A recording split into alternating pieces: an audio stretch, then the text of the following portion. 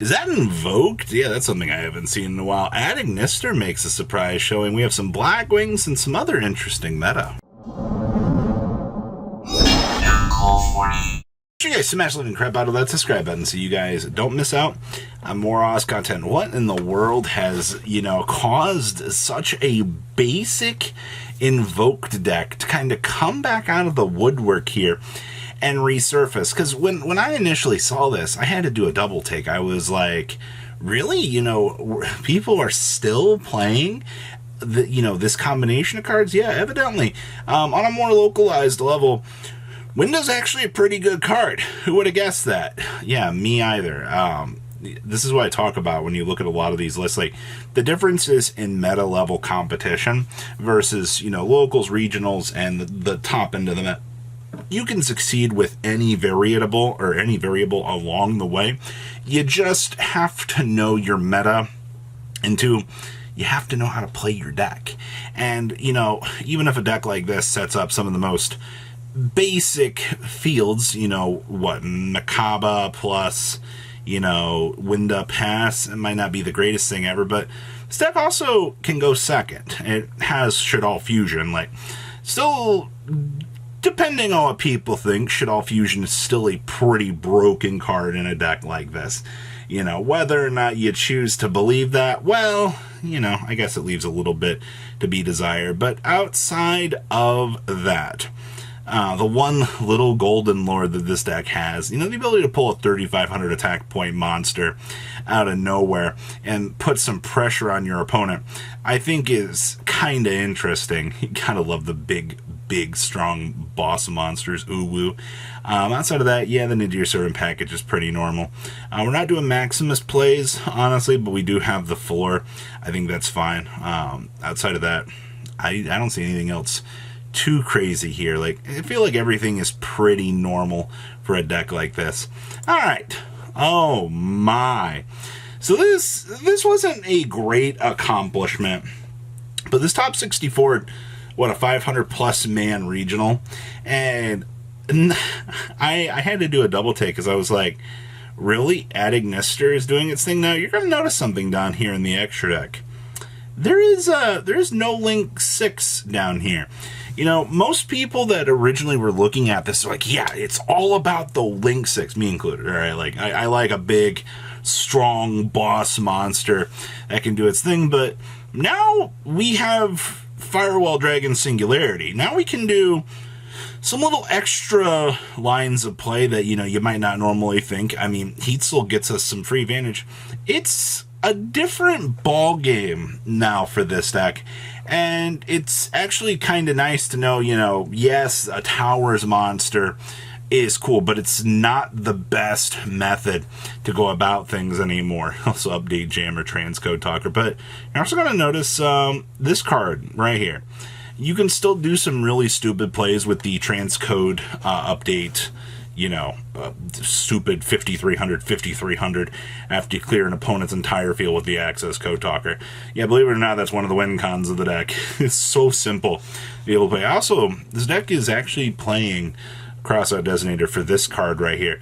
I do adamantly believe that a Drone Lockbird kills any hope and chance of this deck ever actually succeeding in the meta. And it's really sad to say that because I love, Ignister actually being able to do something in a meta like this, but in a format where Droll is kind of everywhere, you got a lot to consider out here. So, is this deck possibly good? I think so. I think it's a very underrated rogue meta pick for the time being. All right, Blackwings. Holy moly! What is up with the underdog success that we see out here with Blackwings? Because I feel like we continue to look at the meta, and every week, 2 weeks, we'll see a Blackwing deck come out of nowhere and force people to kind of re-look at the meta and go, what is happening here? What has caused this shake-up to actually occur? Well, I do believe, one, Blackwings have one of the most dedicated player bases you could ever actually have in a card game, and two, Well, Horus Good Stuff actually helps out a lot. These cards being stepping stones for, you know, level 10 synchros all day long. Who would have guessed that? Also, I don't know if you've read Bysteel Dissipator, but basically everything in here should be able to, you know, have the massive easy access to whatever you want in here. I will say one other thing, though. This deck is not actually playing any of the Bysteels, actually. A lot of the more modern era builds that we've seen with this have played Lubellions, Druisworm Magna Hut, but they've actually kind of chosen to kind of gut those cards out of the deck. Brandy Regained is a heck of a card, but a deck like this doesn't really look like it needs it. I mean, they're also, I mean, obviously maximizing on this because, you know, Simone plus Black Whirlwind, still full gas for this deck. Outside of that, I don't know. I feel like this is the normal thing that you want to see out here. Blackwing's actually kind of tearing it up, but I don't know. I wonder how many more Blackwing decks we're going to see actually do something. Next up here, we have a working Runick deck. And I will say that there's some very interesting ratios here. We've opted to go with the evenly matched, which is fine. Alright, being able to go second into a board and be able to play the game, board break them with evenly, check. Alright, that's, you don't have a choice right now. You have to play cards like this. I'm still not a huge fan of Scrubbed Raid, but it does cut off of the deck of having to play Messenger of Pieces and things like that. Now, one of the biggest tech choices that this deck has going for it is Dimensional Fissure. As you are staring into the belly of the beast for this meta, alright, going forward, you have to rely on things like Dimensional Fissure in order to devastate your opponent and set up ratios and get things going, alright? You do not have a choice right now. Also, triple Amano Awado, this is just the gas card. Do take note here that we're not doing any other real crazy plays. This deck is just playing one duality. They are playing the Card Scanner. I do like Card Scanner a lot, especially, you know, when you stack with the Fountain, you can put the tip directly on the bottom. Card Scanner, grab yourself a tip, and you're essentially good to go. I also see this deck is playing triple DD Dynamite. Inflict 300 damage to your opponent for each of the removed from play cards. This gives you a nice little backup win condition that I bet you didn't really think that you could have. Alright, a style of OTK card as you're kind of trucking through your deck to end the game a little bit sooner can actually be pretty good. I also see, hey, we're playing Prohibitions. Yay. Outside of that, extra deck looks fine. I don't see anything. One Sleipnir is fine. I still want to play triple Frecky. And then, of course, the Doomsday Star and the SP Little Knight. I'll check out. Good stuff.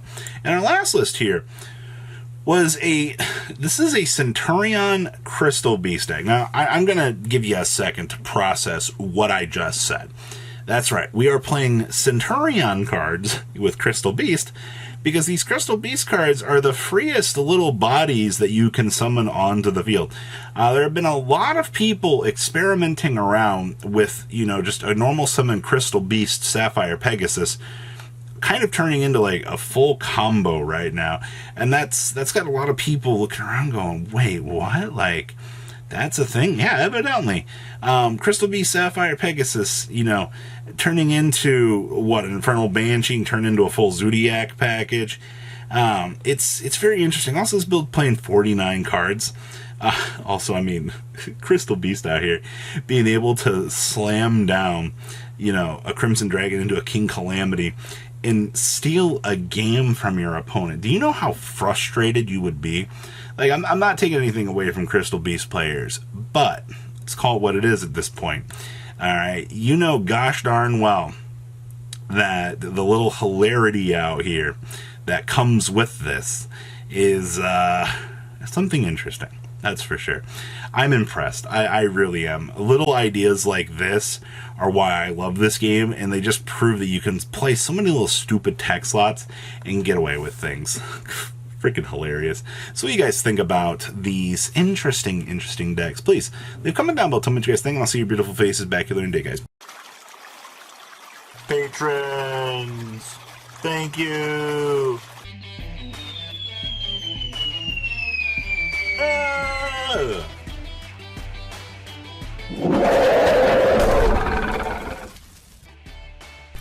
Thank you so much for watching. Check out these other videos.